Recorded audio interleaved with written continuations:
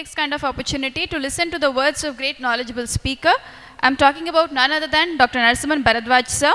He's a passionate clinician and a prolific speaker, and sir is the founder director of Access Dental Institute, Root Canal System Center, established in 2001, a specialty dental hospital, cum root canal training center, Kilpak, Chennai. He was a gold medalist and was conferred the Best Outgoing Postgraduate Student Award by FODI and IES with over 150 invited guest lectures. Globally, 6 original scientific awards, nationally, and 14 PubMed Index publications are in his kitty. He is the founder faculty of Master Fellowship in Microendodontics degree program, the first super specialty program in the field of conservative dentistry and endodontics. Presently, he is designated as the Professor Savita Dental College. He is also the managing trustee of Community Dental Clinic, charitable trust that is run primarily for the underprivileged with simultaneous clinical training to the dentist. I would like to welcome Dr. Narasimhan Bharadwaj sir to add glory to the session. Sir, the stage is yours, and his topic is on clinical markers and endodontics. I request Dr. Karunakaran sir to please chair this session. A very good morning to one and everybody, respected chairpersons and my dear friends. So first and foremost, I wish to thank the organizers of this fantastic team for having given me this opportunity today. And Dr. Thilanayagam sir, thank you sir for the wonderful opportunity today. Although I have presented in more than about 350 invited guest lectures, the most challenging lecture actually is to actually speak to a postgraduate forum.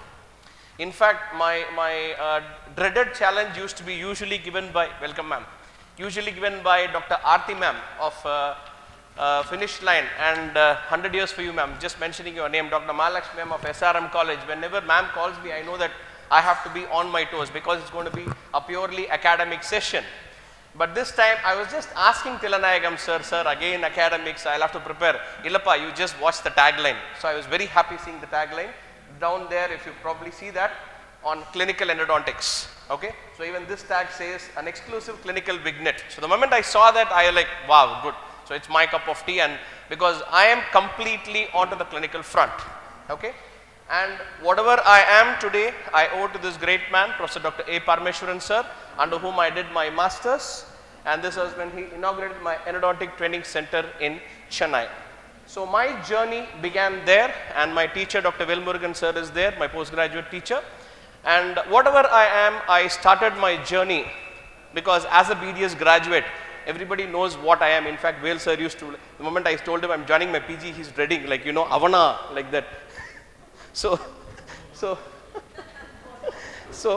when I entered my masters, I knew that is where my life began. So I have to give full credit to my postgraduate teachers who have made me what I am today, and this is my designation. And very honestly, no exaggerations, from the bottom of my heart, I don't get a kick when I read any of this designation. I get a real kick when I get a referral for an instrument retrieval, or when I get a referral for a retreatment. That is my bread and butter now. So I want to be addressed more as a clinician rather than to be called as anything. So my topic for the day today is clinical markers on microendodontics. So when we had a casual discussion with Abhi, we were just discussing, probably 2 or 3 times we discussed, both of us are talking on the same topic neck to neck. So like we should be very clear, like we should not be overriding. So when I spoke to him, he spoke about the entire basic workflow. So I thought I will talk about a little bit of a clinical markers, which means what are absolute indications or what are absolute cases where you need microscope becomes absolutely mandatory. To what level you can work without a microscope, and to what level you actually need a microscope to achieve things. So that is what I'm going to be focusing today.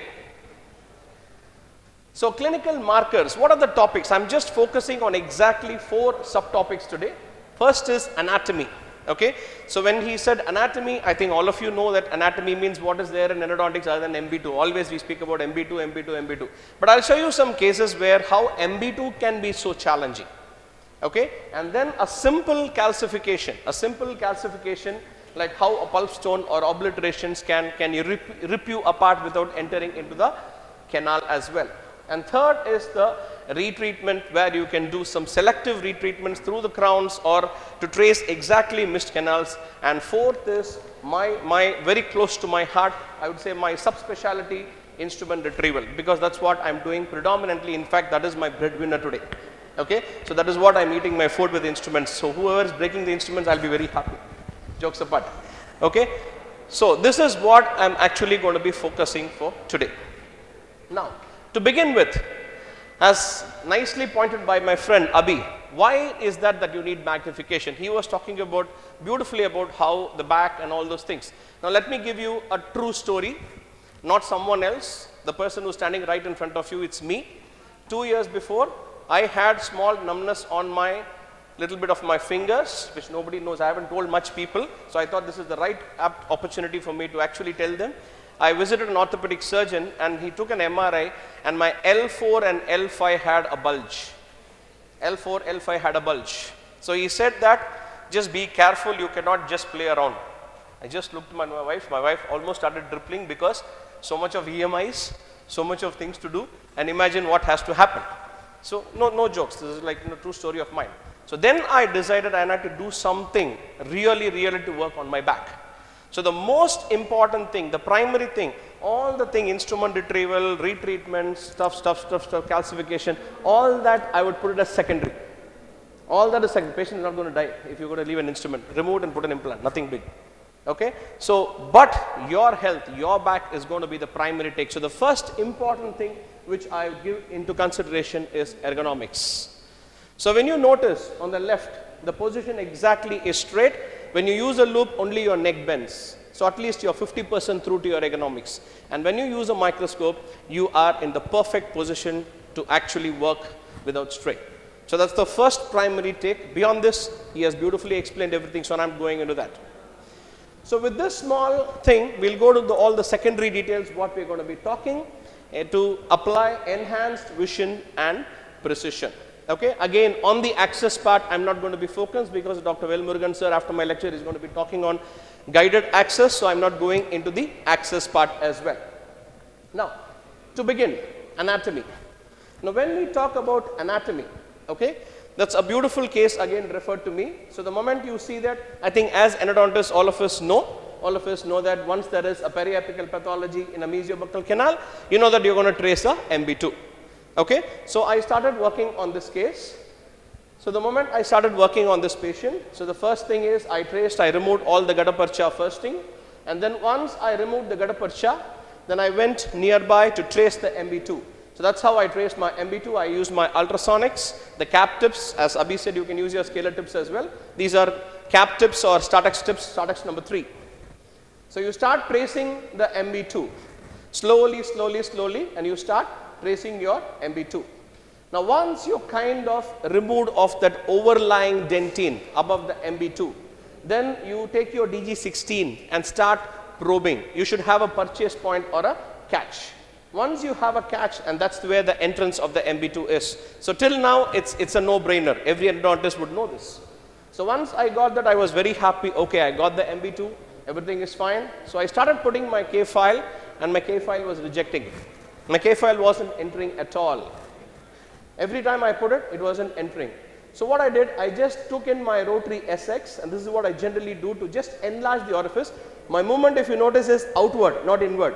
Just touch and move out. If you move inward, you'll break the file. Just move it outward, because as you move outward, you enlarge the mouth. You kind of enlarge the mouth. Okay? And once I enlarged the mouth, then I knew, okay, maybe I got the MB2. Okay? Then you are in for a surprise now. I saw that there was some gutta percha lying to one corner, which I couldn't actually figure out. It was lying to one corner. So I used a micro brush inside, and then I again used my ultrasonic tips to meddle with it and see what's happening inside. So I cleared the isthmus. I made the mouth a little bit wider, and I cleared the isthmus. Completely, you can see that I'm just going the other side, and I am clearing the isthmus. So you can see these are basically Startex tips. Then I had a surprise. It is a deep split MB2. You can see that it's a deep split MB2. So I'll just zoom in and show you. That's a 1.6 magnification that you're seeing, and that's a 2.5 magnification. So that is a deep split MB2 where after 10 millimeters it's splitting, and there is a separate division of one canal and there is a separate division of the other canal. You can see that. One division over there and one division on the palatal side. I'm sorry, the MB2 side. So this is a classical example where it can just be misled. So this one, do you think that you can ever think about this without magnification? I would stay one step higher and go and say that this is where your microscopes like Zeiss or Leica actually come into play. Because any microscope is fantastic up to 1x. People who are in microscopes will know this. Up to 1x magnification, any microscope is fine. But the moment you start working on a 1.6 or a 2.5, okay, you will know the actual difference between a high-end microscope and a normal microscope. I'm not telling this is the best, I'm just trying to tell you the difference when you go in for a high-end microscopes.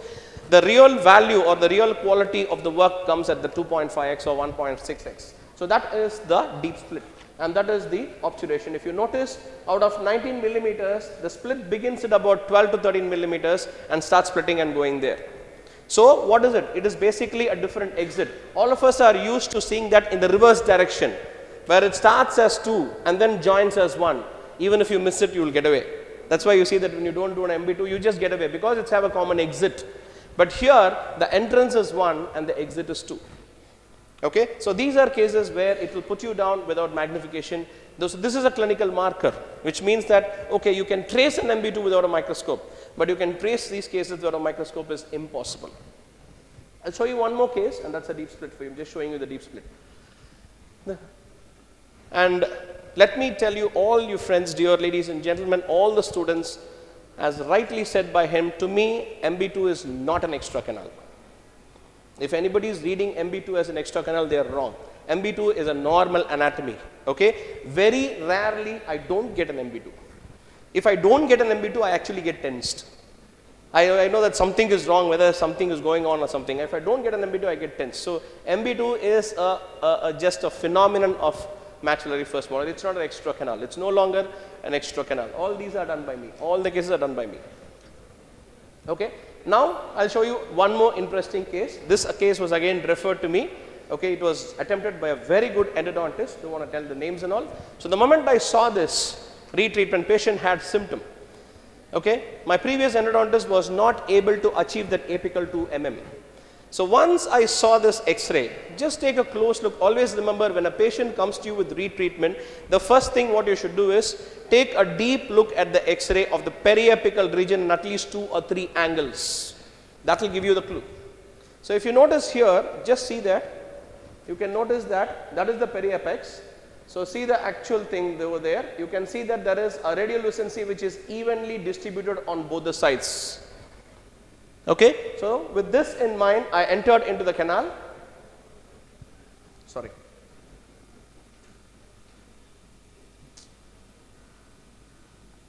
Yeah. So with this in mind, I entered into the canal, completely removed all the gutta percha, and then I zoomed in. When I zoomed in again at 1.6 and 2.5, you can see that there is an exit on the other side. So that's an exit what you see there. Okay, so whenever remember that when you have an exit on one end, there has to be an exit on the opposite end. That is your Vertuzzi's classification. Okay, so I went in with my ultrasonic and I started troughing on this side. Slowly I came towards this side, and then I started negotiating, and I used my size 10 file to negotiate. So there I found that I had a different catch over there. Then I completely cleaned and shaped that. So that's the file, that's the entrance. Okay, and there you can see that is again a deep apical split. There is one split over there. You can see the buccal split and then the palatal split on the other side. That's the palatal split. So you have the buccal split and the palatal split. So both the splits are there with bang on radicular dentine on the front. So this is again a case where it has got, this is working length is about 19.5 mm. The split was at 17 millimeters. The split was at 17 mm. So at 17 mm you have the split, and that is the post-operative X-ray. That is the post-operative X-ray. So it's something like this. So you can notice the split here, and it's something like a road, like that. So unless and until you have that much of a vision, for example, you want to see what's happening over there, unless I have a binocular and unless I see there, how do you think it's possible for me to achieve at that levels? Okay, so this is again a beautiful deep split case. It's an upper 7. It's an upper 7. At 17 millimeters, it's starting to split. Till 17, it's one canal. And then it starts to split and goes into the two canals. So these are cases where you need magnification. This is just vertices class 3 on one side, and this is vertices class 6 on the other side. Like beginning as single, then again dividing into two, coming back as single, again dividing. Trust me, all these we have read for examination during a PG, to just vomit in the examinations. I haven't seen anything like this, to be very frank, unless and until I took up magnification. Once I started using magnification, then you know that okay, fine, it's really there. Because every time we used to write in the examination, okay, we always think that is it really existing or not. Then I realized that okay, all these are existing. It's just that we don't know. Unfortunately, we're not seeing at that levels. That's the reason why we aren't identifying. So the next we speak about pathophysiology. Now one important thing which I would like to tell all the colleagues here is that remember that when you see an X-ray, Abhi was telling about how you can see an X-ray where you can identify a canal. On the flip side, you should also remember that when you see an X-ray, and if the canal looks sclerosed or completely closed, if there is a periapical pathology, the canal is present. The canal is present. Take your X-ray and throw it in the dustbin. Just throw it in the dustbin. Okay? If you have a periapical pathology present, the canal is present. If the organism can travel through the apical foramen, your file has to travel. So that is the other side of the radiograph. So remember that. Okay? So I started this case again. This was again a referred case. Sorry. Yeah. This was again a referred case. So I went over there. I used my ultrasonic tips. So that is the pulp chamber that you see there, completely sclerosed. So I went in, I used my ultrasonic tips, and I started slowly moving towards the wall. That is a Startex 5, Startex number 5. So then you start shearing or you start cutting through the calcification. So this Startex 5 is used to actually cut. You can cut through the calcification. So you cut through the calcification and then slowly you start, the calcification is becoming smaller and smaller and smaller. Okay? So that is, you can see that the pulp stone completely blocking the orifice, the distal orifice. So then again, with little bit of meddling with the ultrasonics and with my DG16, slowly you start moving the pulp stone. You can see that the pulp stone starts to kind of move over there. You can see that the pulp stone begins to kind of move over there. You can see the movement, the small movement of the pulp stone. Now once the pulp stone starts to move, okay, then don't use your ultrasonics as much as possible because you might perforate the floor. Okay, so use your DG16 and start teasing the pulp stone out. Okay, and start meddling and teasing the pulp stone out. This is one of the biggest pulp stones which I have seen. It's pretty big. It's about measuring about 6 millimeters and blocking up to the middle third of the canal. So you can see that. That's the pulp stone which is coming out.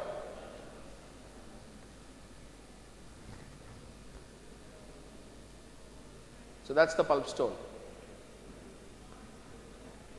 That's the pulp stone over there.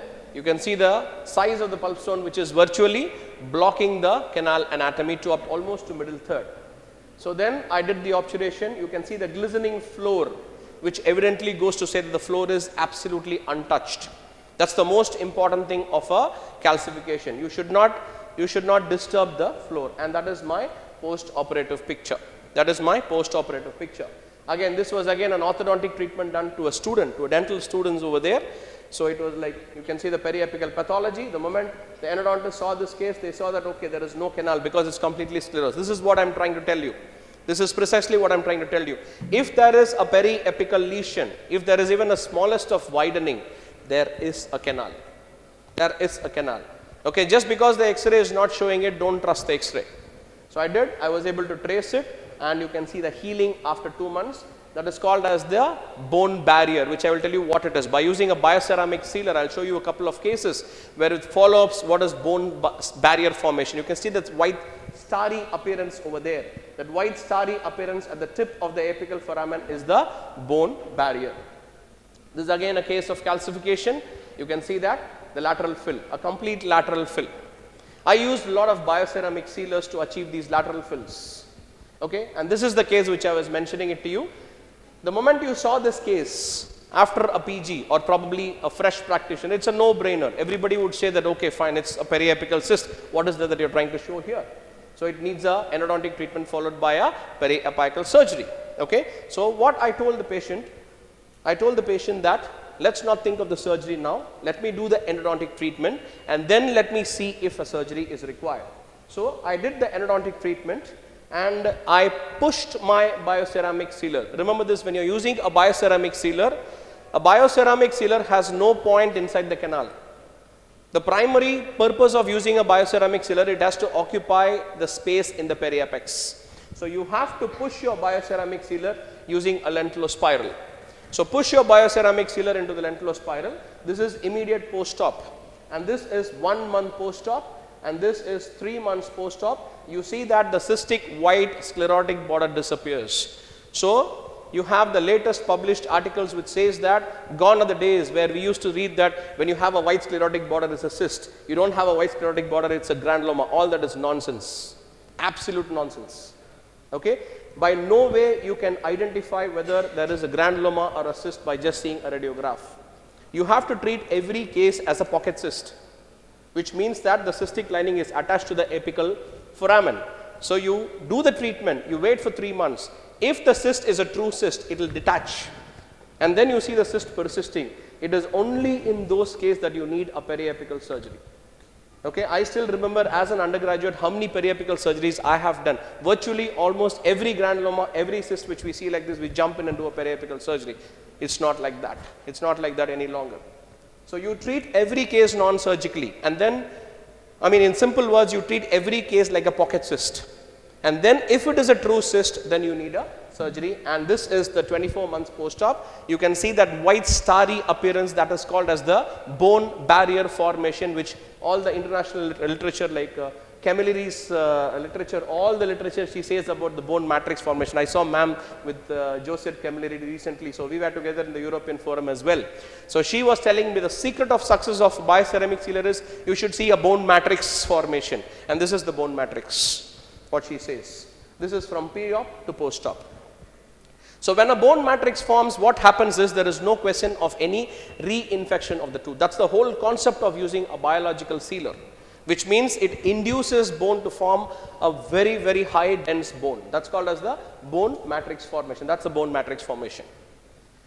Then you have retreatments. So when we talk about retreatments, okay, you all know we do retreatments. You can ask me a question, do retreatment need magnification?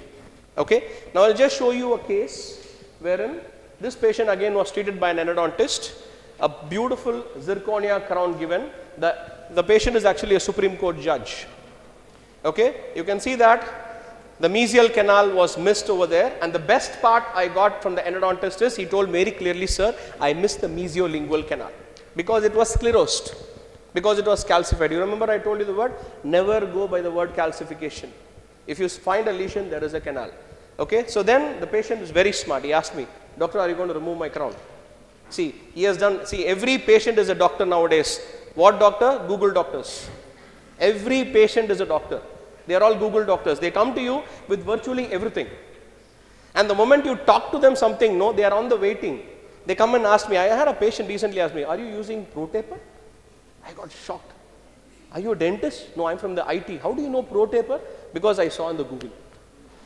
Because most of them are Google doctors. Okay. So he asked me a question. Are you going to break my crown? I said no. Are you going to make a big hole on my crown and treat it? Imagine. See, he has done every homework. Okay. Then I told him, sir, you have to permit me to make a 1 millimeter hole. 1 millimeter. He said, 1 millimeter. I said, yes, 1 millimeter. You mean 1 millimeter? He asked. I mean 1 millimeter. Then he said, fine, go ahead. Okay, so that's the retreatment that I did. Sorry. Something wrong with the videos. Yeah.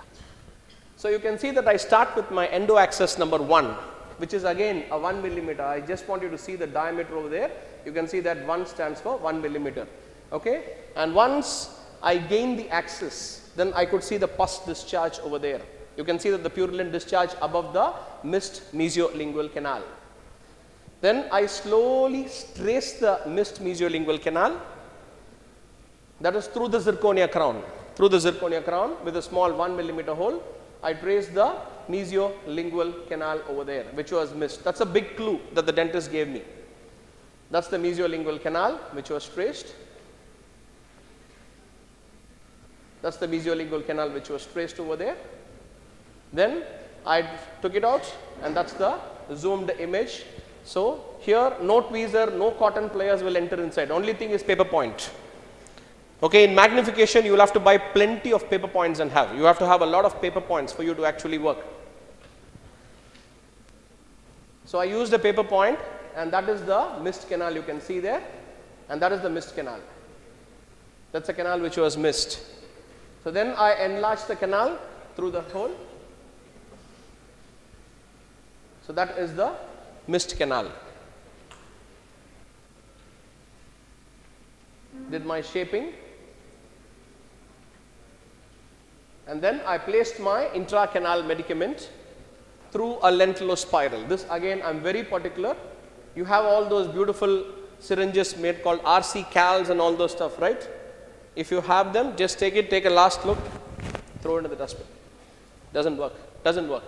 No syringe will work. You will have to use only a freshly mixed calcium hydroxide powder mixed with a saline. An aqueous calcium hydroxide is what you have to use. Okay, and that is the post-operative X-ray. That is the post-operative X-ray. So such selective retention, and trust me, you remember I told I'm going to make a 1 millimeter dia hole to the patient. That is the restoration which I did, and I showed it to the patient. I showed it to the patient. Just have a look, you will be surprised. I did this to the patient and showed him.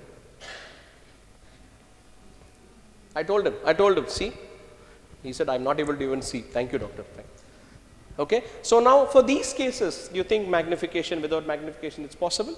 So these are specific clinical markers for to identify, like to what level you can do without magnification, to what level. I appreciate the dentist, I appreciate the endodontist who said that, sir, I cannot do this without magnification, it's better you go to him. Okay, so that is most important. Okay, and this is my own cases which I am treating now by selective. This is a bridge which I gave 10 years back. Patient came back to me, lesion in the periapical region of 1/6 at the mesiobuccal canal. Again, it's a no-brainer. I know that I have missed the MB2. So just make a small opening, did the obturation and finish the MB2, and I'm done. Imagine if I don't have magnification, my entire bridge is gone. My entire crown is gone. I have to burn my finger. Okay, so these are some of the cases. Again, referred case with a ledge, retreatment. See the bioceramic sealer. That's how I do. I push my bioceramic sealer intentionally beyond the periapex. Ensure I take an X-ray. If it is not gone, again use my lentulospiral and push it. So I want my sealer to be pushed beyond the periapex. Again, you can see that that is called as an elephant trunk. This is called as an elephant trunk. You can see that the canal going like this and coming back. Okay, so one way to achieve is, as beautifully said by Dr. Abhi, it is by means of squirting, or you can push your GP. The other thing is with a fantastic irrigation dynamics and protocol, you have a lentulospiral and you push your sealer and pump your sealer and with your GP, and you see that the bioceramic sealer beautifully, and the best part of bioceramic sealer is even though it is thick, it has got a fantastic consistency to have a lateral fill. That's what I've seen. You have a lot of lateral, all these lateral fills, what I'm showing you is by means of a bioceramic sealer. And of course, the last topic for the day, very, very close to my heart, is the instrument retrieval. That's what I'm actually thriving upon. Now, here what I did was, when I started doing this instrument retrieval, okay, this is the protocol given in all the literature. All the literature, you take any literature, whether it is a journal or a textbook, this is the protocol given. 1, staging platform, okay, and 2, you have exposed the head, and then you either ultrasonic vibration or possibly band, a loop and retrieval. This is what every literature says. Okay. Now when I started working like this is what I got. I used to take my gates. You know what your friends tell you, right? Take a gates, expose the cut head, and then you expose and all those things, right? So this is what I got. In fact, with due respects and regards, this is one of the most cited articles by Yoshi Teroschi. I think everybody must be knowing as endodontic PGs. When you think about instrument retrieval, he is the godfather. Yoshi Teroschi, okay? No offense, no offense. He's done a fantastic job by devising a kit, which he has it, and there is a nice depiction of what he has told in the form of a picture. Now I just want you to have a look at this picture. See what he does. He does a gate staging platform, and then he continues it, goes over here, and then he engages the band and the loop, and then in the last he retrieves it out. Okay, so this picture is, every PG will know it. This is the most cited article. Very smart chap. Now you see the last picture over here. He is giving you a picture with the file. Now I want you just visualize the same route after you have retrieved the file. See this. Now you have retrieved the file there. Now just have a look at the same route. See over there. The moment you are going to shape that portion and the moment you are going to restore it and obturate it, what do you think is going to happen? 100%, it's in the curved area. The moment the patient is going to bite, it's going to break, because there is not going to be a direct distribution of stress. Now this is what happens when you do a staging platform. Okay, this is what happens when I do a staging platform. I'll show you one of my cases which I used to earlier do with the same technique, and that is the, see over there. My own case, I've retrieved the instrument. There is an instrument over there. You can see that this is the instrument over there. I did a staging platform and I have retrieved the instrument and obturated, but see my obturation. See the radicular dentine over there. Okay, to me, very honestly, it doesn't make sense. It doesn't make sense, because it's like surgery successful, patient dead. What am I removing the instrument for? I am removing the instrument to retain the root over there. I'm not removing the instrument and saying, yay. To me, my tooth has to be there. That's the primary motto. So what I did was, I completely modified this technique. Okay, I completely modified this technique. So the first step, to me, I used the word burrow platform, not a staging platform. I use a burrow platform technique. Then expose the neck, not the head. Again, all this is only by trial and error. I used to expose the head. The moment I move my ultrasonic tip, the head will separately break. Have you experienced that? Lot. It will separately break. Again expose the head. Again do it, separately break. So one file will go into multiple pieces. Then I realized something is going wrong somewhere. Okay, then I realized that it's not the head that you have to expose. It is 1/3 the length of the instrument you have to expose. Okay, supposing if the broken instrument bit is about 6 mm, you need to expose at least 2 millimeters. See, if you want to pull someone out from imagine somebody has got stuck down in the mud. If you want to pull him, only the hair is exposed, you think you can pull him out? How can you pull him out? Try pulling out of the hair. How will you come? You need at least the neck region, yes or not? Only then you can hold the neck and lift him up. So you need to expose at least 1/3 of the length of the separated instrument. Then don't just put your ultrasonic over there. Move with your DG16 whether it is moving. See whether the tip is moving after 1/3. If it is still not moving, if it is firmly stuck, still expose. Still expose. And with your DG16, you check whether the instrument is moving up and front. When there is movement, only then you start to vibrate. Only then you start to vibrate. You understood? So without moving, without loosening, and without checking, if you're going to vibrate it, the instrument is going to break. So this is my protocol and my modifications. Okay? So this is one of my old cases, but still I show this case because it's easy for me to explain, and all the rest I'm going to show you in the form of X-rays. Okay? Now you see here, always make notes. Whenever you want to retrieve an instrument, make some notes. Communicate with your previous dentist, because at least to me, 90% of my cases are referred. 90% of my instrument retrieval cases are referred.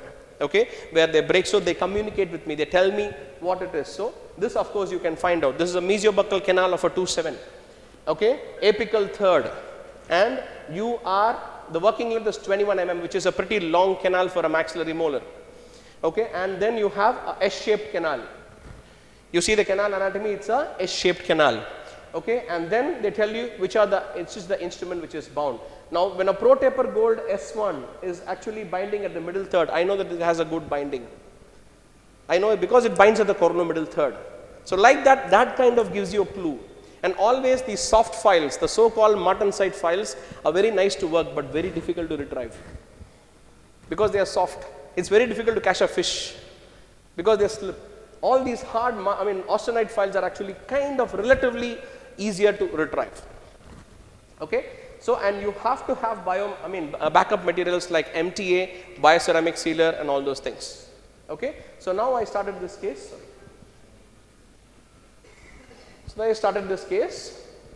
So this is the burrow platform which I am talking to you. Okay, first nothing was visible. What you see there is nothing was visible. Then what I do, I use my ultrasonic tip and I keep burrowing, like how a rat burrows inside. Okay, I just keep burrowing, keep on burrowing over there till I reach. It takes a longer time compared to the staging platform, and your ultrasonic tip you have to compromise. It comes for less number of cases. Okay, so then I start burrowing to reach the instrument or to see the instrument. It took almost 2 hours. This case took 4 hours, 2 hours of 2 sessions each. First sitting 2 hours, second sitting 2 hours. Okay, so I use my ultrasonic. You can still see me burrowing, just keep on burrowing, and then at one point I was able to witness or probably see the tip. So to me to see the tip, it took about almost 1.5 to 2 hours. You can see the tip over there, slowly over there. I'll just zoom in and show you. Yeah, you can see the tip there. Now then once the tip is there, I go around the tip. Okay, and create the space to check whether the tip is moving. You see that once I know if the tip is moving, only then I impart vibrations on the tip. If I know, you can see the tip, you can see the space created. You see almost 1/3 around it, the neck I have exposed. Okay, you can see that, you can appreciate, you can see the space around. That's very, very important, very, very important. Okay, no literature tells that. Literature tells you just expose the head and tap it. No, it doesn't happen. It doesn't happen that way. You need to expose at least 1/3. Then you start imparting your vibrations with a non-diamond tip. Okay, I use a combination of diamond and a non-diamond. Non-diamond is basically to go around, and diamond is basically to go around, and non-diamond is to tap the instrument out. So then slowly with a non-diamond, I keep tapping the instrument, and then the instrument flies out. You can see that the instrument kind of flies out. Okay, now here, as I told you, my best achievement is not this. My best achievement is this. Just have a look at that. Just have a look at the canal anatomy. The S-shaped anatomy is maintained. That is my success. That is my success. In fact, I used to, Facebookly, I used to interact with Yoshi. I used to ask him, what about the canal anatomy, sir, on your thing? He said, you have a lot of materials, MTA, this, that to pack up. To destroy it and build it is like, I didn't find any sense in that. Okay, even though you spend, he says you have to spend a lot of time. Yes, you have to spend a lot of time. Your ultrasonic will go. So buy a burrow platform, you spend a lot of time basically. But the best part is your canal anatomy is absolutely maintained. You see that the S-shaped curve is still maintained in the canal anatomy of the mesiobuccal canal. So now I'll just show you some cases, no videos, just show you some cases. You can see that. See the canal anatomy maintained again. You can see that the canal anatomy is maintained. Nowhere you can see that, you will see that the staging has happened. I don't want to see any kind of the Coke bottle appearance what we used to see those days, where you enlarge it and then taper it and go. I don't believe in that. Okay, so you can see that. This again, you can see that the canal anatomy absolutely maintained. Okay, see the two instruments over there. All these are referred cases. All these are referred cases. And see the obturation. It is as though nothing was there inside. When I use a staging platform, you give a platform and you make it flat. So you are jeopardizing the radicular strength of the dentine. Okay, so see, this is a very nice case. This was attempted by 3 dentists. She is not telling which dentist, which endodontist, I don't know who it is. 4 instruments were there: a lentillospiral, a rotary file, a H file, and a K file. Okay, she said 3 per kitta pona sir, again. So each one added to the collection probably. I thought probably a undiyal or what. Put something over there. Okay, so then this again took two sittings. First sitting, I retrieved 2. And see the canal. I just want you to have a look at the canal above the instrument over there. It's just maintaining the same anatomy. Okay, and this is my second sitting. I removed the remaining 2. Just see the anatomy and see the obturation. So this is, to me, this is what I call success. It's not retrieving the instrument. I'm very clear on that part. If I know that I have to retrieve the instrument, I will retrieve it without disturbing the canal anatomy. That's the most important thing. This is a case which I did yesterday evening. Just yesterday evening, referred by again. Okay, and then this was the apical third. It was there, retrieved completely, and then that is my master cone over there. You can see that the master cone maintaining the canal anatomy. That's the master cone maintaining the canal curvature. Okay, so to me, this is what is most important. Okay, of course you have plenty of cases. In the last national symposium where Majumdar was there, we had almost 7 or 8 cases I discussed over here. We have a lot of cases, just showing you a few, and that's it. Okay. At the same time, you should also be smart enough to know which cases you should not attempt. Okay, every day is not a Sunday. Not every time you try instrument comes out. Now I'm showing you about half a dozen cases where it came out, or probably 10 cases. I have about 20 cases where it didn't come out. Okay, so now I learned from those 20 cases. Now see this case, I broke this instrument. I only broke. If any endodontist here standing in front of you say that he has not broken a rotary file, there are only 2 possibilities. Either it's a blatant lie, or he or she has not done any cases in his life. Okay, so I have broken enough and more number of cases. Now I know when it breaks what to do, what not to do. Okay, so that is a apical thing which I myself broke. I tried to negotiate, I was not able to. I failed because there was an acute apical curvature. So what I did was make sure cleaned and shaped the remaining portion of the canal with proper ultrasonics and used my bioceramic sealer, and I obturated it. Okay, to my surprise, all of you think that when you leave behind, I'm not telling you, please don't mistake me, I'm not telling leave behind instruments. I'm just trying to tell you that, just see this case here, obturation done, and you see the adjacent tooth, which is a tooth with a bridge, with a beautiful root canal done. Okay, after 4 years, the bridge with the beautiful root canal has failed. The one with the apical third instrument is still surviving. Okay, is still surviving. So this just got to say, I'm not, again, please don't get me wrong. I'm not trying to tell you that, leave it behind. To me, I take a call. Now the same way, now these instruments, see there, the apical curvature, over there, okay, referred to me. I told him, no, I will not attempt to remove it. Sorry, let's leave it like that. Because see the angle.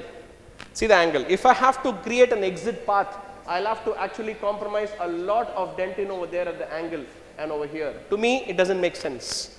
Rather, I will leave it behind, treat the case, and later if there is any symptoms, think in terms of a retro surgery, a molar root in surgery, and retrieve it that way.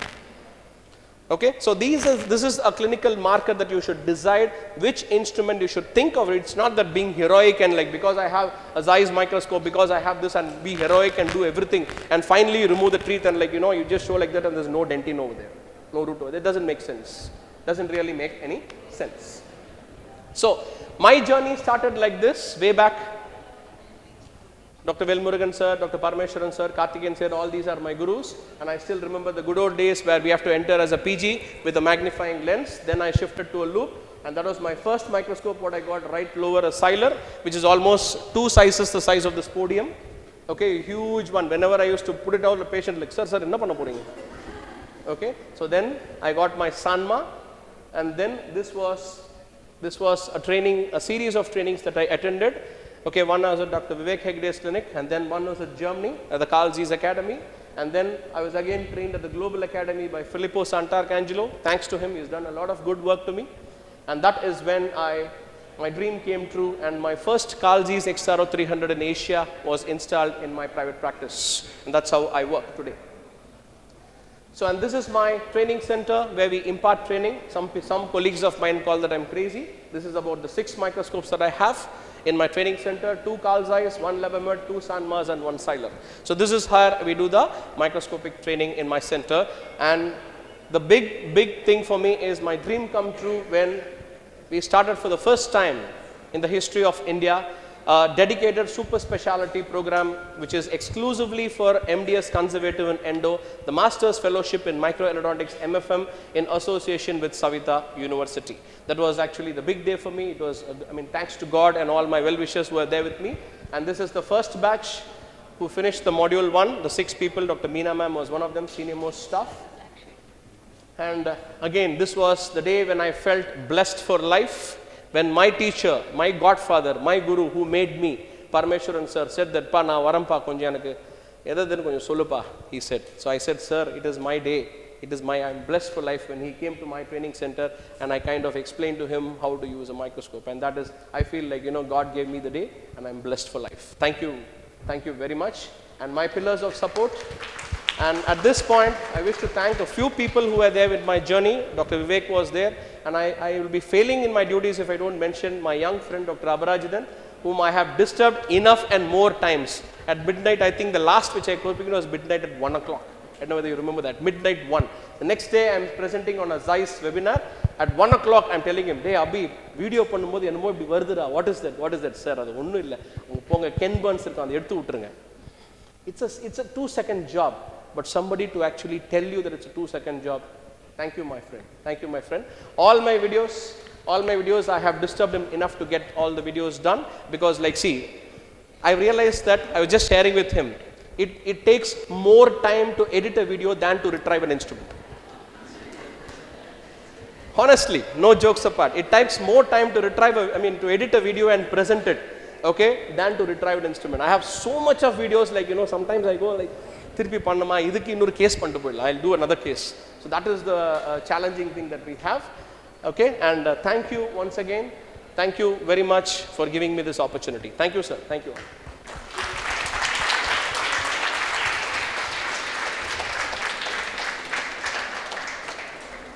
Thank you, Dr. Bharadwaj, for your wonderful clinical insights into the world of microendodontics. I'm sure all the postgraduate students would have had a wonderful experience going through this. Any questions, please?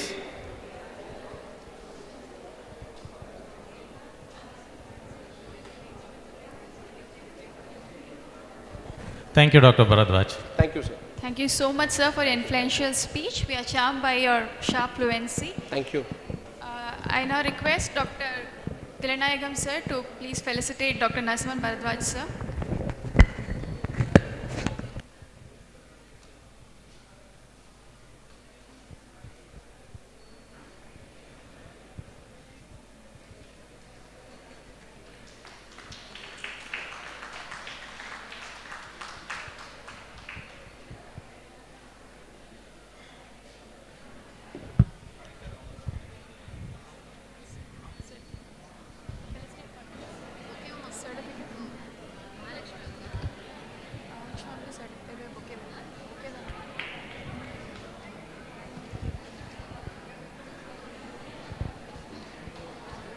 Thank you, sir. Welcome, Dr. Mahalakshmi, ma'am.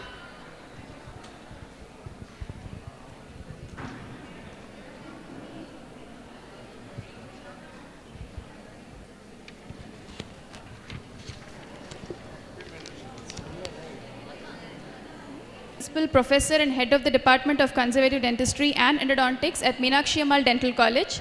He did his undergraduation and post-graduation at Government Dental College, Chennai.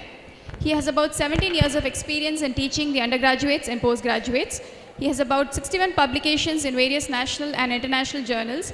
He had also been the assistant editor of Journal of Conservative Dentistry from 2004 to 2007. He has also edited the second edition of textbook, Preclinical Conservative Dentistry and Endodontics, questions and answers along with Dr. K.S. Karthikeyan. He has been the guest lecturer in 24 national conferences and some international conferences. And to add feather in his various endeavors, he was the first one to report in dental literature about 7 to 8 canals in maxillary molar, mid-distal canal in mandibular molar, and maxillary molar with palatal C canal. Velmurugan sir is a proud owner of awards such as the Best Researcher and Best Teacher by Maher University. He has been awarded the Best Paper Award at Annual State IDA Conference at Pondicherry in 2004. Oh my God, this list seems to be endless. Respectable sir, I guess this whole day won't be enough. I would like to welcome Dr. Velmurugan sir to add glory to the sessions and develop the skill of excellence. Before Dr. Velmurugan takes over the stage, I have a very, very earnest request to all the participants. If you are more interested in having a nice chat with your friends, I would really request you to leave the auditorium. It's highly irritating for us to have some buzzing noise coming from the back. Thank you. Sir, to please felicitate Dr. Velmurugan sir.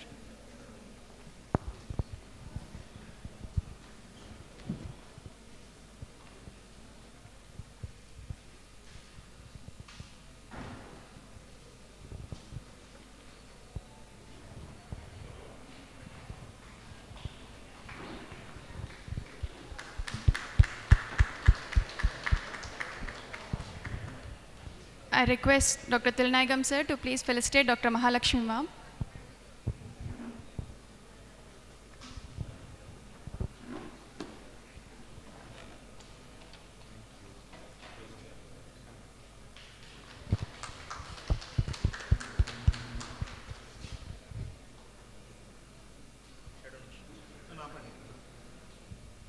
College, Ahmedabad, Gujarat.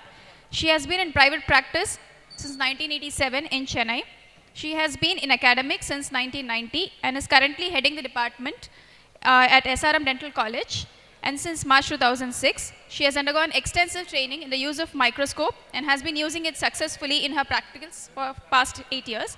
She has been a speaker in various national and international forums and has conducted various workshops and courses over the years. She maintains an exclusive laser and microdentistry practice in Chennai. It will be my honor to invite Dr. Mahalakshmi ma'am on stage for her thinker words in the field of endodontic restorative continuum current concepts. At the onset, I would like to thank Dr. Tilnaigam sir and Dr. Srinivasan for giving me this opportunity. But also very I don't know what I did wrong that I am being posted in the post-lunch session, immediately after lunch that too, such a lovely lunch. So I hope to keep you all awake. Let's see. So my topic today is on post-endodontic restorations. And what is the ultimate goal of endodontics? Most of us, especially in colleges, we always think that we need to, we need to render the root canal system free of infection, right? And create a three-dimensional seal. That's the endo, right? After that, forget about it. Seal and forget, right? Or wrong?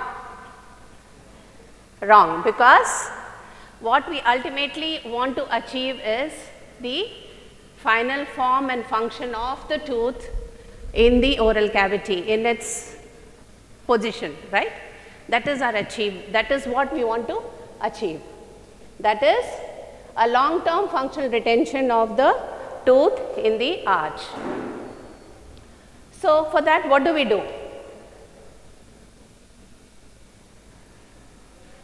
It is not only endo that we look into, it is a continuous process. It not only involves our specialty, it is actually an interdisciplinary approach that we should have in mind. Okay, it's not only endo, we also have to consider the periodontal status of the tooth.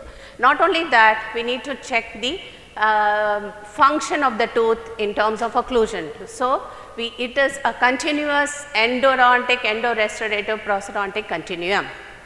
And in order to achieve that, what we now term is, what is the latest concept is, we know about minimal invasive dentistry, right? MID concepts now is the concept of minimal invasive endodontics, and in that post endodontic restoration is just a part of it. So I will touch briefly on all these aspects before we land up in post endodontic restorations.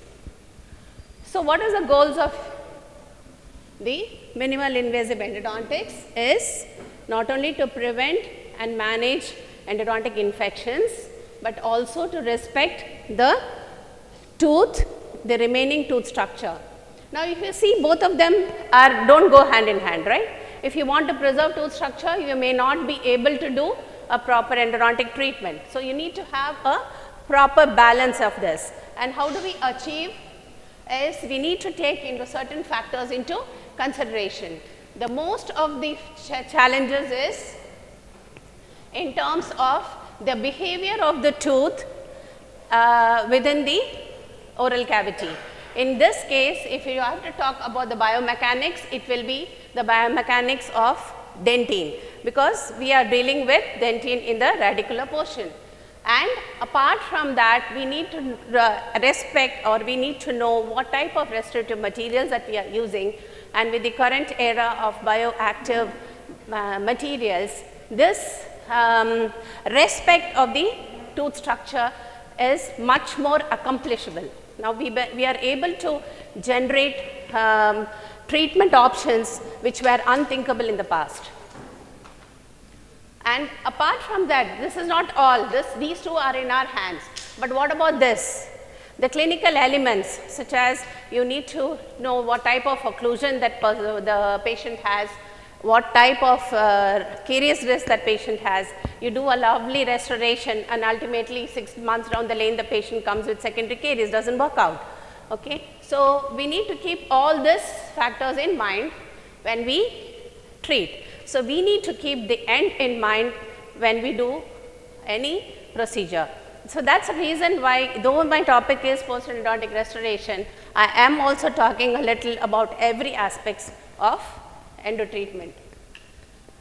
So, in keeping that in mind, we need to check the pre-operative assessment, not only in terms of diagnosis of the endodontic diagnosis, but also the restorative options. Now, this assessment may not be only pre-operative. Sometimes you may need to do this assessment during the procedure.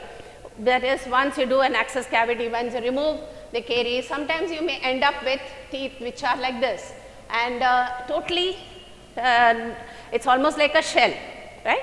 So, in this case, if you do a post-endodontic restoration of a crown, what are you going to left with when you do a crown tooth preparation? Nothing, right? So, your treatment option will then change. So, this you need to have this in mind when you start your root canal treatment also. So, when we talk about biomechanical changes in dentine, way back in 1989, this is a very nice article, you can go through it, where they have checked the tooth stiffness, and we normally predict, we normally say that endodontic treatment normally, because of loss of water content, the tooth becomes brittle. But it is already proven time and again that this tooth stiffness reduction is only 5%. I am sorry, maybe you will not be able to see it, but the cavity preparation that we do,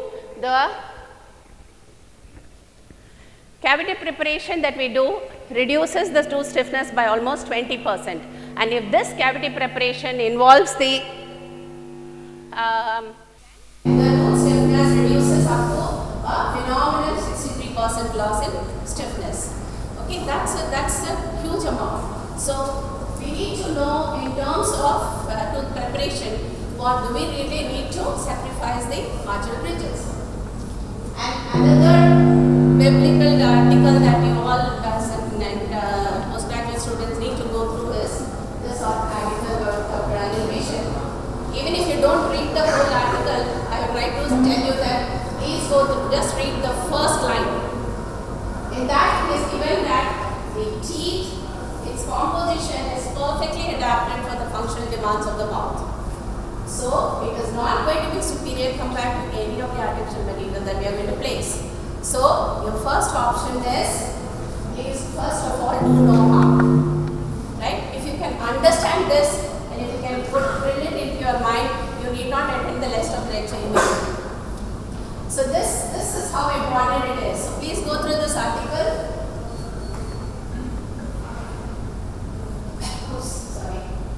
He has very nicely given not only the factors that are important in terms of fracture resistance, that contribute to the fracture resistance of the tooth, in terms of the biomaterial constitutions of the dentine, and our materials that we are going to use, we consider those biomechanical properties so that we achieve maximum fracture resistance of the tooth at the end of the treatment. He also enumerates all the factors that are responsible or contribute in some way to the fracture of an endodontically treated tooth.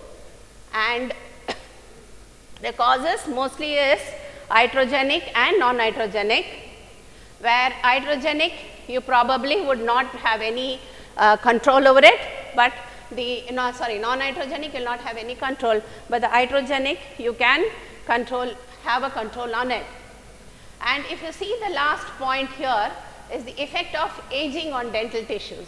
So, you have to respect in this era of advanced people knowing, as Dr. Narasimhan was saying, Google doctors. Okay, so they read everything. Nowadays the awareness is much more.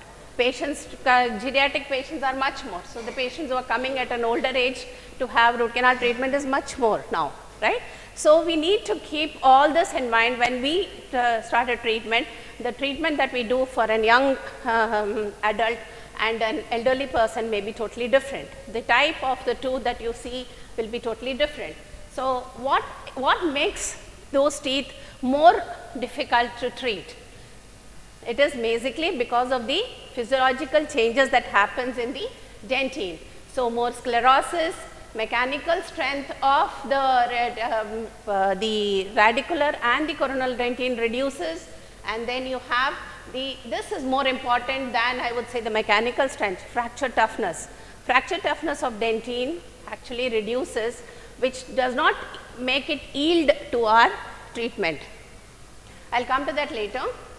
And then of course you have this butterfly effect, but it does not definitely have a direct relation, but it does definitely has a point when you have to remember when you are doing an obturation, wherein studies have shown that sealer penetration in this area is much less than the rest of the area.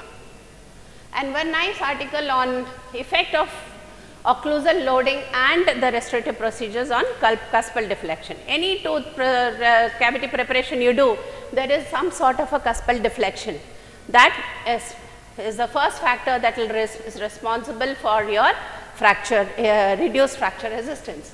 So if you see in this, they not only have checked the different cavity designs, they also have increased the load on the tooth, and they have shown that as of course as the load increases, your resistance to the cuspal deviation also increases. But there is also, if you see, as the cavity design, as the dimensions of the cavity increase, the cuspal deflection also increases, and more so with the endodontic axis. The moment you do an endodontic axis and with the loss of the marginal ridge, you have a substantial increase in the cuspal deflection. So keeping all this in mind, you need to be in the morning Dr. Velmurugan sir has already so nicely talked about guided access. So we need to keep our access cavities as small as is practical and preserve the marginal, I'm sorry about the animation. You preserve the marginal and the oblique ridge wherever possible, as much as tooth structure. Remove, now the designs of access cavity has improved. You have the soffit design, you have designs which take care of the pericervical dentine. I am not going to detail on all that, but if you find anything unusual anatomy, it is always better to use advanced diagnostic aids such as CBCT before you initiate the endodontic treatment. So this is one slide on soffit, how the access cavity actually reduces in size, and you need not have direct access on direct visualization of all the canals within the, when you look into the pulp chamber. So you can angle your mirror in such a way that you can see one canal at a time. So this is one recent article by Dr. Plotino and Grandi, who have checked and seen what is the fracture strength of endodontically treated teeth with the traditional axis, which are conservative axis, and with the ninja axis. And they have found this ninja axis is something which has come out recently, but I am not in favor of it. I am sure most of us will not be, because it does not actually remove all the infected pulp tissue remnants. So this study shows that there is no difference in the endodontic axis cavities between the conservative endodontic axis and the ninja axis. So you just need to have a conservative axis which is enough to preserve or conserve the tooth structure. But of course there are a lot of other articles because this is not an, it is more of clinical, so I have more of clinical pictures for you. So, but then there are controversial articles on this, that stating, some stating that conservative endodontic axis is better, some stating that they are not. So, you need to read each article and with a pinch of salt, okay, and take the best out of it. And when you come, so as I said, keep the access cavity as small as is practical, right. So, that is the take home message for access cavity. Of course, for cleaning and shaping, we are all fans of night eye rotaries. So, they do have their advantages and disadvantages, and there are a lot of craze lines because of the cleaning and shaping, and I am sure you must have all gone through Dr. Pradeep's article on vertical root fracture, a very nice article, and the reasons why these teeth fail. So, here when we talk about cleaning and shaping, we need to know which are better, and we need to take individual teeth at a time, analyze, and then use this judiciously accordingly. So, hand files are always better than rotary, but of course, rotaries are here to stay. So, when you talk about rotary, it is better to use a lesser taper than a greater taper. I will show you some cases that I have done, which I would probably not do now. Of course, reciprocation is better than a rotary system, because reciprocation does not have that much contact with the tooth as compared to rotary, and of course, the different cross sectional designs that have a negative effect are the screwing designs and the taper lock effect. And another,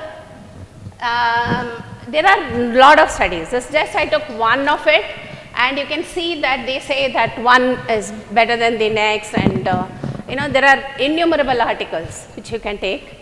But then at the end of the day, it is that we need instruments that contact the canals, not too many contact points at a single time. They should not have a screwing effect, and they should have proper radial lands for the debris to be removed properly. So, this is what you need to remember in terms of cleaning and shaping. So, what you need to be careful is about avoiding aggressive preparation. This was a case which I did in 2003. That time I used to use a lot of pro tapers, so you can see the flaring, the coronal region where exactly where the pericervical dentine, what we were talking about, it's almost gone. This is 2000 and, sorry, oops. This is 2011, I do not know which system it was, but now I have started using instruments that have 4% taper than a 6% taper. So, that definitely will help, sorry, I am sorry, my hands are moving too much, I think.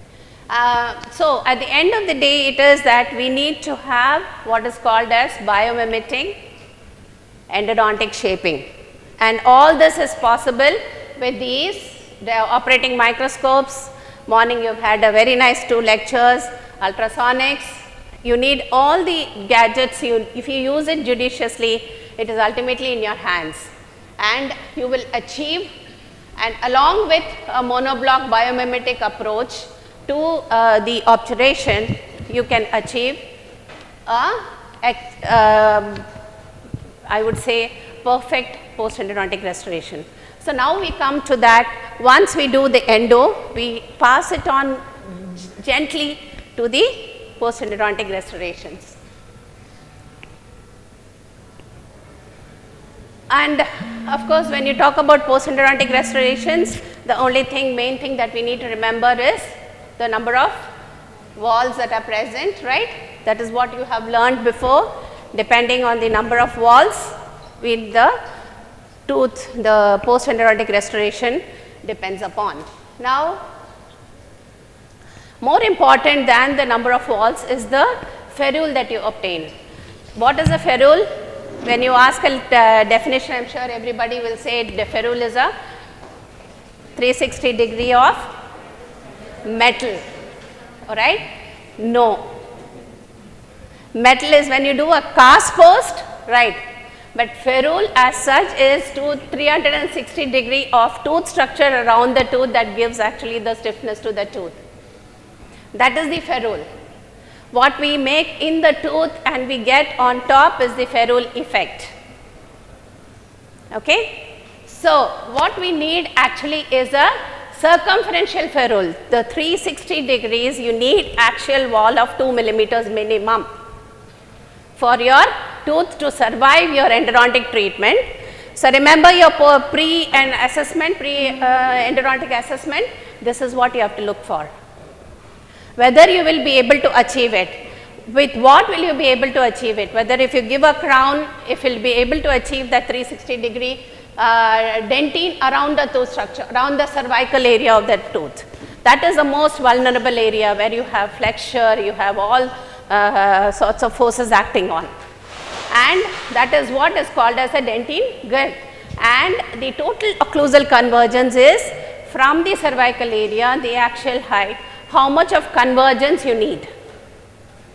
Okay? So, that determines your whole 3-dimensional ferrule. So, accordingly the new classification by Zero et al. In 2018, he takes into consideration all these. The coronal tooth structure, the most important is the remaining radicular and the coronal dentine that is left. So, their classification is from 0 to 4 depending on the amount of tooth structure. So, the 0 is more than 50%. So, you just have to give a core. The less than 650, you have to decide whether you want to go for a fiber post or a cast post. If it is less than 50 with aesthetics in mind and you have good, even though if it is less than 50 you have ample axial wall, then you please go in for a fiber post, and the cast post is only when you have less than 50% with no walls at all, there you can go in for a cast gold post. Whereas, if it is loss of ferrule, then the first option class 2 would be to try and have an extrusion, mainly orthodontic extrusion preferably, or else surgical extrusion.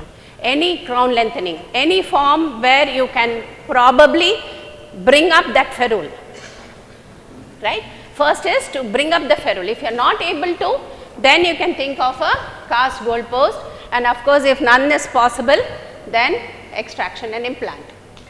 So, this is what is a ferrule effect. If you can see this article, it says that if the tooth structure loss is limited, and then you need, if a ferrule can be obtained and a post with similar physical properties to natural dentine and adhesive techniques for post loading, then that is the best option. Okay. And another, this is a very nice article on literature review on ferrule effect, and it says that you need a minimum of 1.5 to 2 millimeter ferrule to have a positive effect on the fracture resistance, and an incomplete ferrule is always better than no ferrule at all. You need a complete 360 degree ferrule. If it is not possible, at least an incomplete ferrule. Okay. And if you do not have any ferrule, then orthodontic extrusion should be considered. And when you see about cast post versus fiber post, there is a lot of controversy in that, but a meta-analysis of literature shows that they have concluded that cast post have a higher fracture resistance than fiber post, but then when they see, if you see, I do not know if it is visible, but then they have said that those cast posts that fractured, the teeth were their catastrophic failures, that is, those teeth had to be extracted, whereas when with fiber post they were repairable. So, again we need to take one case by case basis when we decide on these aspects. And then of course, in case of anteriors, it is always better to go for the minimal invasive, right. So, in case of light fractures, you can always go in for a veneer, rather than giving a fiber post. But then fiber posts do have a play in cases where you have deep bite, right. In those cases where you have the stresses working on the circumference of the tooth at the cervical area of the tooth, you just need to definitely give a fiber post. And they have shown that veneer preparations did not significantly influence the resistance of the fracture resistance of the incisors, and fiber posts seem to increase the resistance to fracture. Now, this is another nice article where you can see the influence of ferrule. They have actually had different groups where they took ferrule and no ferrule. Then they took fiber post versus cast post, and they also took length of the post, two different lengths of the post. And they said the least length, that is 7 millimeters is the lowest length, the least length, if you can see here, the least, it's not coming, okay, I'll show you this. So, in the absence of the length of 7 millimeter for a cast post produce the highest fracture, that is the lower the length, the higher the fracture for cast post. So, if you have the length of the root is short and you do not have adequate post length, it is better to go in for a fiber post. So, this is another nice study done by Kavita ma'am from GDC, and they have actually tried. Now, if you can tell me why the fiber posts are better than a cast post? Because no, uniform stress is uniform, sorry, distribution of stress. Why? Because modulus of elasticity is similar to that of dentine. So, now what they did is, why take something similar to dentine? Let us take a dentine post. So, they made a post of dentine, they made posts of dentine, and they checked and they found that it gave the best results. So, dentine post, the tooth was cut, milled and made into posts which are similar to the fiber post, and they have found that human dentine can save as a post material. Nice, right? So, I have a very nice disclaimer this time, but I am not going to talk about the different materials which are going to be used. Okay, I am not going to talk about the different procedures, because all that you can read in a literature. All I can show you is cases where you can think out of the box and do some work which is not given verbatim in the books. Okay, so when you come to restorative options, you have direct restorations and indirect, and most of the restorations now preferably bonded restorations. I am not talking about amalgam, because in a year's time or so it's going to be slowly phased out. So, I am sure Dr. Pradeep and Dr. Subbiah both are not going to agree with me on that, but the future is with no amalgam. So, we have to accept it. And so, the more commonly used is the dual cure composite resin. Even the posterior composite resin can be used, and the very nice material that has come out with GC, it's called Everex posterior, which is a short fiber composite resin that actually has a very good result. And then where you cannot achieve good contacts, where you have lot of loss of tooth structure, you can think of indirect restorations in terms of inlays, onlays, cast post and core, and endocrowns. So, when we talk about crown, normally that is what we as teachers, I remember we used to tell that if they have done 100 crowns, 100 root canal treatments, at least 50 crowns should be done, right? That is what we used to tell, right, before. So, but then if you see, invariably we do a crown, how much of tooth structure is lost? Literally, we are preparing and making the tooth 50% smaller, right? More than 50%, I would say. But is it ideally that way? What happens over a period of time? There is wear of the opposite tooth, there is supra eruption, And then this is actually a metal, it's not a metal ceramic crown, it is a all ceramic crown. Even then you can see the gingival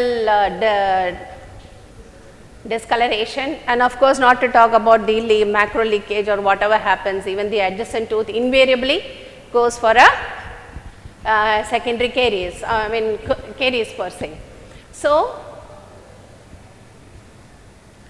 in our department we did one study where we checked 2 different fiber reinforced composites with our traditional composite resins, and we found that, it's not coming, okay. The last one you can see here, group 6 is a short fiber composite, that is Everex posterior, which showed the first one is an untouched tooth, unprepared tooth. The second one is prepared and not restored, endodontically treated and not restored, and the third group was the, you were not able to see even there down. Actually the short fiber composite restorations were having the maximum fracture resistance compared to all the other groups, and we also checked the fracture mode where that fracture actually happened, and with the teeth as well as with the short fiber composites, all the fractures were in the enamel, whereas with the composites it was more on the enamel and in the dentine and in the cervical area. Okay, you can go through this article, and so let's see this, a few cases to show you, wind up the lecture. If you have a case like this, caries has been removed. If you do a crown preparation in this, you are not going to be left out, it is only a shell that is going to be left out. So what we do is, I am a bit lazy, sometimes I use rubber dam for I normally use post endodontic restoration, I use rubber dam. I use, for all my endo cases I use rubber dam, but sometimes I get lazy and don't use rubber dams for post endodontic restorations. In this case I did not use, but then I have, this is the short fiber composite Everex posterior, but the disadvantage is that it is very rough because of the short fiber. So, it cannot be placed up to the occlusal level. So, it has to be covered with a conventional composite, and this is what I achieved.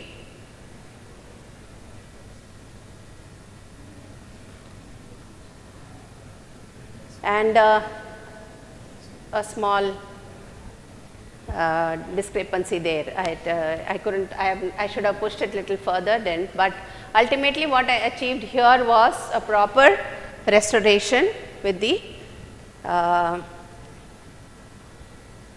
So, what you need to check here is, whenever you are doing a restoration, whether if it is a direct restoration, whether you are able to achieve these. One is a proper margin. 2 is when you have a proper adaptation of the matrix band, you are able to achieve a proper contour of the proximal surface. You have, when you place a wedge, you have the contact properly, right? And all this, if you are able to achieve, then you need a perfect matrix system for that. You need to achieve a small separation for you to place the matrix properly and give a contour. If you are able to achieve this, then you can go ahead and do a direct composite restoration. If not, you can go in for indirect restorations, inlays, onlays, and the best part of all this is that you will be saving the pericervical dentine, right? In case of a crown, you have bringing the margins down. So, your margins, when you bring down, that much amount of tooth structure is lost. So, you are actually retaining a lot of tooth structure, right, when you are doing a preparation like this. So, in case you are not able to achieve a good contact, indirect restorations are better. But then I was going through Facebook recently and I found this very nice case one Dr. Shibu Sridhar from Cochin. I don't know him personally, but I messaged him and asked him, I want to present this case of yours, and he willingly accepted. So this is you see the amount of tooth structure lost, but then if he is able to achieve a good a contour with a separation. This is an Everstick post that he has bonded. This is also from GC. It is again a fiber composite. It is not, it's actually fibers per se. It's not a post, but then you can cut it according to how you want. You can flex it, so you can use in cases of curvatures, it can be used. And then the class 1 situation created, and then this is the final. So he has achieved a good post-endodontic restoration with respecting the remaining tooth structure, keeping as much as remaining tooth structure possible, relying on bonding of the resin to the tooth structure. Okay. And another option that is recently been talked about much is the use of the intracoronal,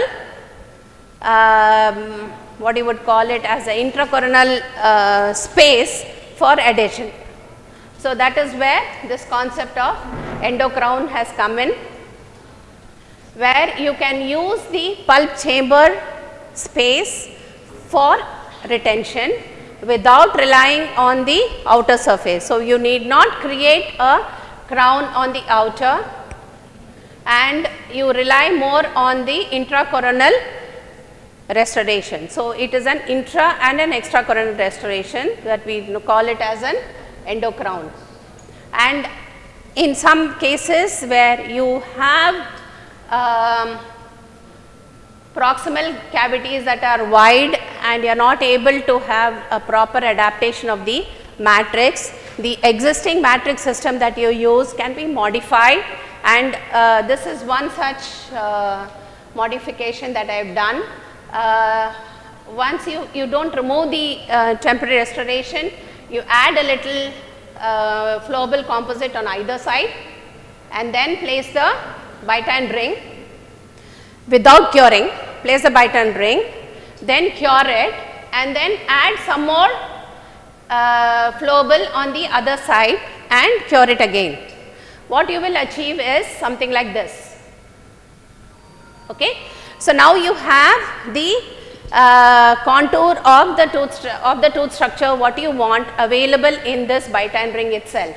So when you place it after the matrix band placement, the tines of the Bitan ring will not go and impinge inside the I do not know how many of you use this systems. It is very highly because if there is no wall to support it, it will collapse inside and it will create one sort of a nick inside, which is very uncomfortable, and it will not be able to give the same contour. So this will help in giving the final contour, the contour that we want in the tooth. So this is the restoration. As usual, I have used the short fiber composite and achieved, and this was finished later, and then with the proximal strips, and then we achieved. Normally when we remove the Bitan ring, immediately you can see a small space. That is because the Bitan rings, when you place them, they sort of create an fast separation of the teeth. And if you call the patient after 24 hours, that adaptation is very nice when you see it. And this is one of the heroic, it was last two more, I think, okay, no, with time, no idea. Okay, I think I have to ask Srinivasan. No problem? Okay. So last two cases, this is done by one of our postgraduate student here is, I think Anand is here. He's here. And this is done by a postgraduate student, Dr. Anand, he is a final year. Patients came with I think pain, or I think he did not have his the post-endodontic restoration done as usual. Patients don't come up if they don't have pain. So when we opened it up, it saw that there was a big fracture which was going subgingivally. So did some heroism and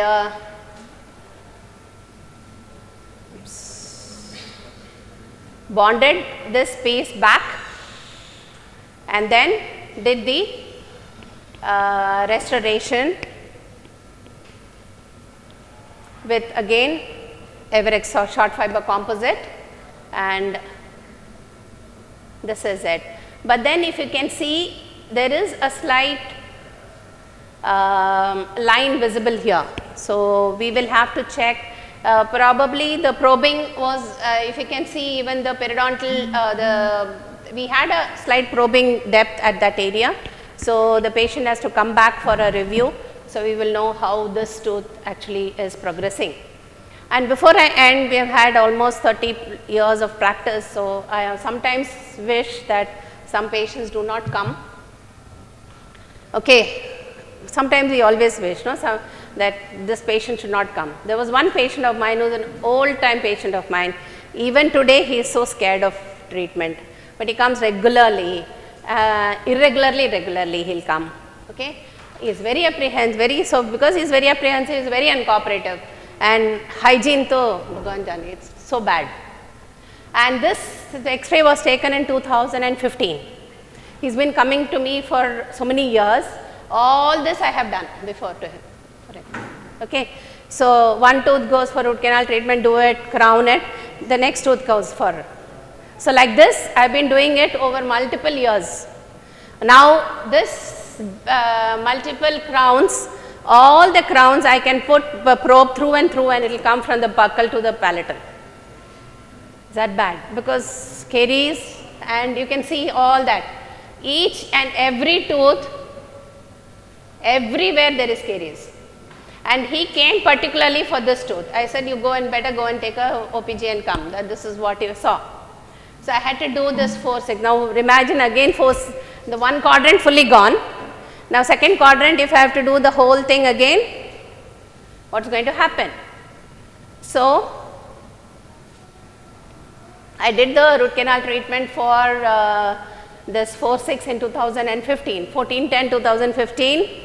Then I did the short fiber composite restoration in 2015, 16-10 2015. And at that time, he also had an upper left molar, first molar and second molar with class 2 lesions. I said, let's give it a try, and did a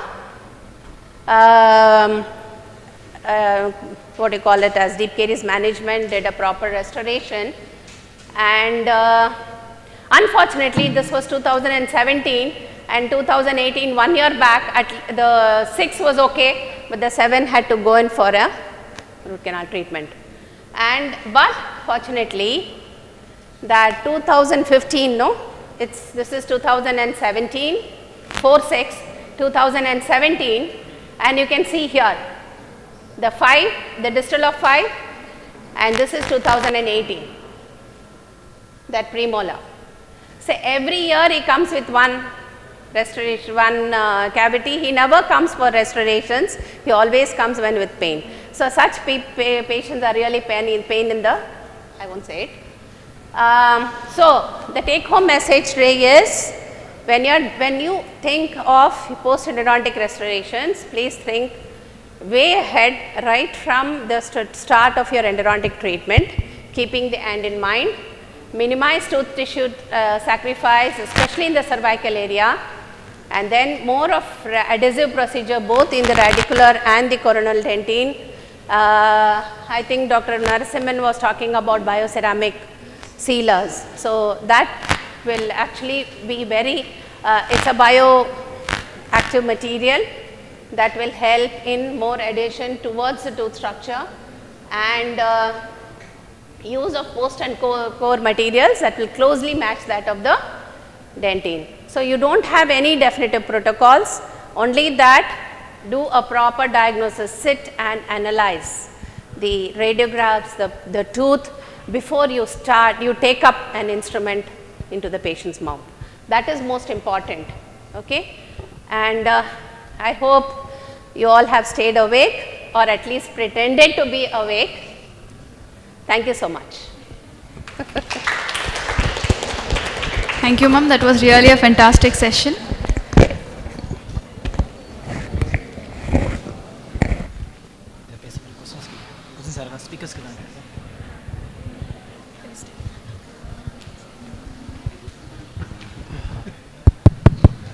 Thank you for the very nice lecture, especially sharing your experience, so more than 3 decades of experience, and you thought differently, did differently, and probably kindled the thoughts in the younger generation to do things differently and think differently and do things differently. Nice cases, a nice presentation. Thank you.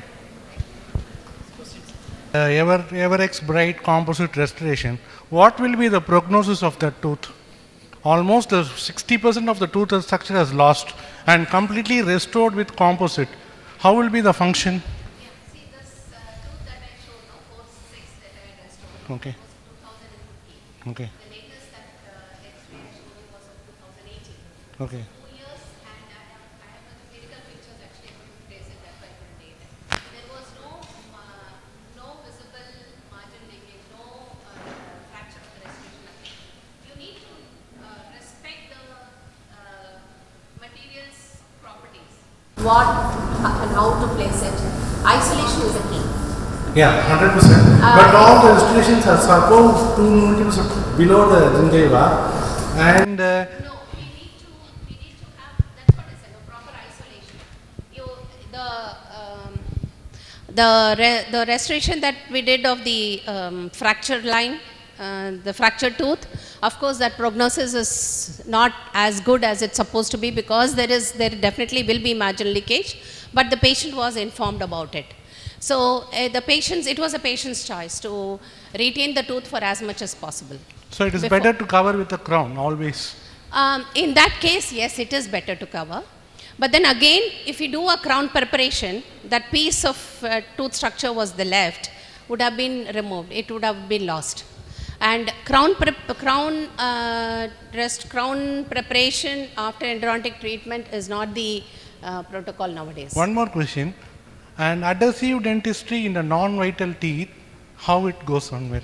It is the same as a vital tooth. As I said, there is only about 6% loss of water per se from the tooth, and the hydration is not lost per se, and it is only the tooth preparation that will actually cause the access cavity preparation that we do.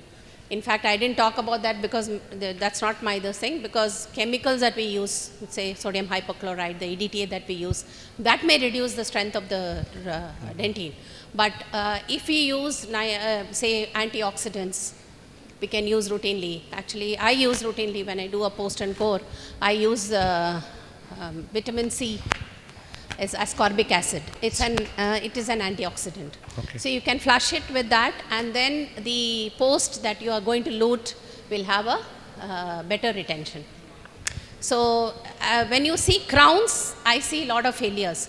Crowns, not at the crowns per se, but you have invariably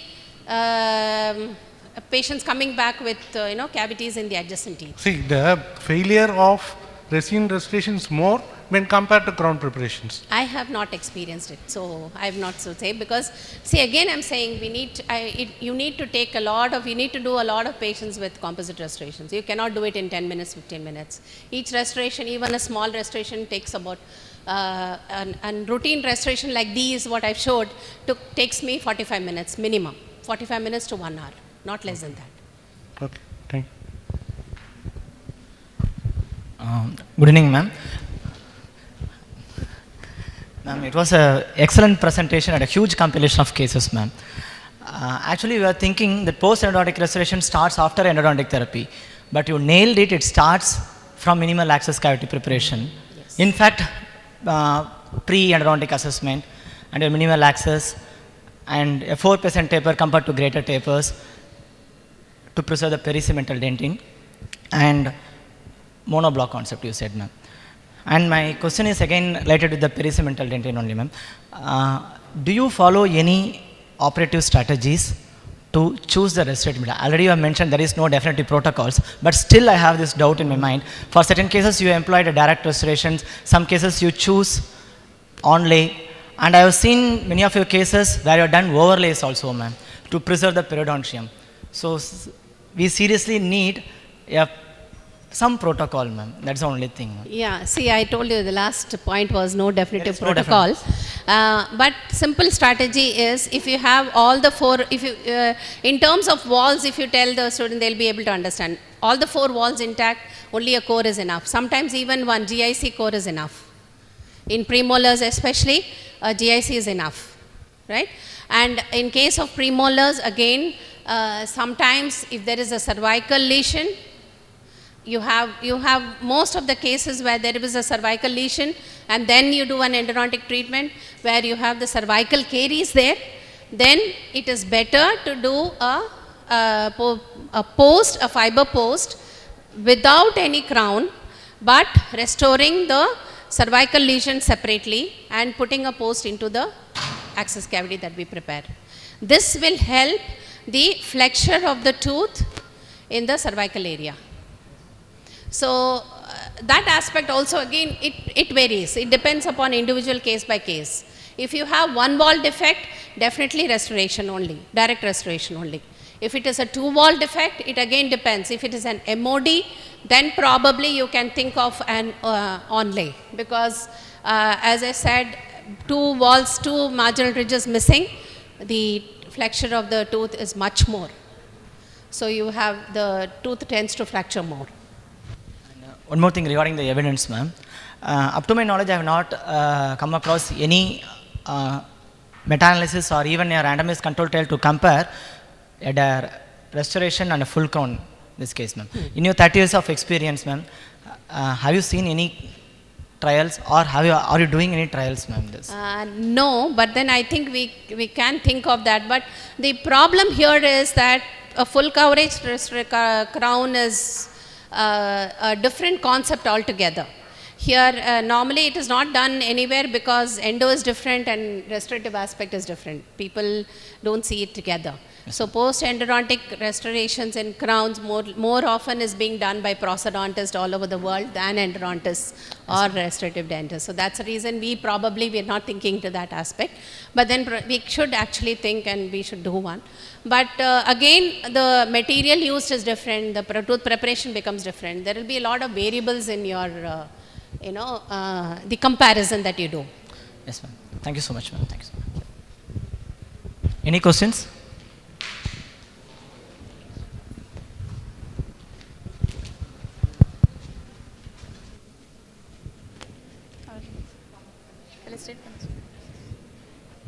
I now request Dr. Thilanayagam sir to please felicitate Dr. Mahalakshmi ma'am.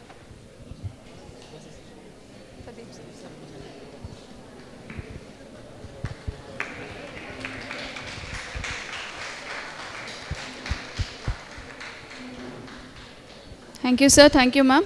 I request Dr. Thilanayagam sir to please felicitate Dr. Subbaiah sir.